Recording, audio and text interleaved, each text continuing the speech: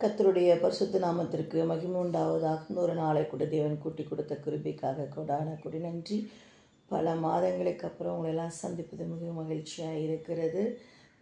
பலவீன நேரங்களில் தேவன் என்னோடு கூட இருந்து எல்லா பலவீனங்களிலும் என் தேவன் எனக்கு சுகத்தையும் பலத்தையும் ஆரோக்கியத்தை தந்து இந்த வேலையிலே உங்களெல்லாம் சந்திக்கப்படி செய்த கிருபைக்காக கொடான கொடி நன்றி. மீண்டும் இந்த நிகழ்ச்சியானது தினமும் ஆண்டவருடைய வார்த்தை உங்களோடு கூட பகிர்ந்து கொள்ள தேவன் செய்வாராக. இப்பொழுது நாம் வேதத்திற்கு நேராய் கடந்து செல்வோம். இன்று தேவன் நமக்கு கொடுக்கும் வார்த்தை சங்கீதம் 37வது அதிகாரம் 5வது வசனம்.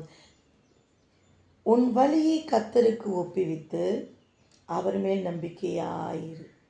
உன் வழியை கர்த்தருக்கு ஒப்புவித்து அவர் மேல் நம்பிக்கையாயிரு, அவரே காரியத்தை வாய்க்க பண்ணுவார். ஆமென்.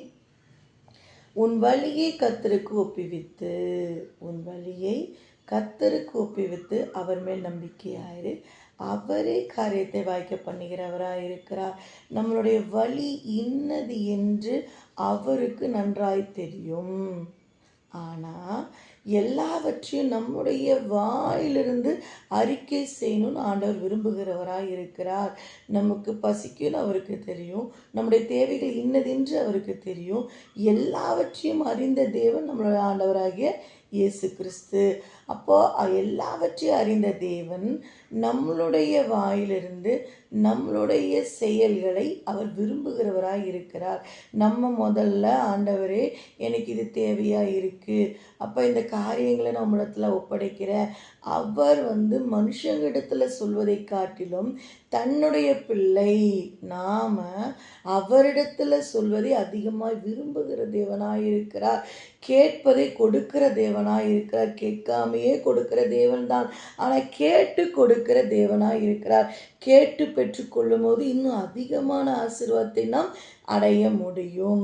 நம்ம என்ன செய்யணும் ஏது செய்யணும்னு சொல்லி அவர்கிடத்தில் ஆண்டவரே நான் இப்படி ஒரு ஆசை வச்சிருக்கிறேன், இப்படி ஒரு பிளான் பண்ணியிருக்கேன் ஆண்டவரே, என் தொழிலாக இருக்கட்டும், என்னோடய வேலையாக இருக்கட்டும், என்னோட வீட்டோட விஷயங்களாக இருக்கட்டும், தனிப்பட்ட காரியங்களாக இருக்கட்டும், தேவனுடைய சமூகத்தில் நாம் எல்லாவற்றையும் ஒப்புவிக்கும் போது, எல்லா காரியங்களையும் நாம் சொல்லும் போது தேவன் நமக்கு ஒரு ஆலோசனை சொல்லுகிறவராக இருக்கிறார். இது செய்யலாமா வேண்டாமா? தாவீது ராஜா தேவனுடைய சமூகத்தில் காத்திருந்து ஆண்டவர்கிட்ட பதில் கேட்கிறவராக இருக்கிறார். மோசேயும் அதே போலதான் ஆண்டவருடைய சமூகத்தில் காத்திருந்து நான் என்ன செய்யணும் ஆண்டவரே நீங்கள் சொல்லுங்கப்பா. அல்லேலூயா.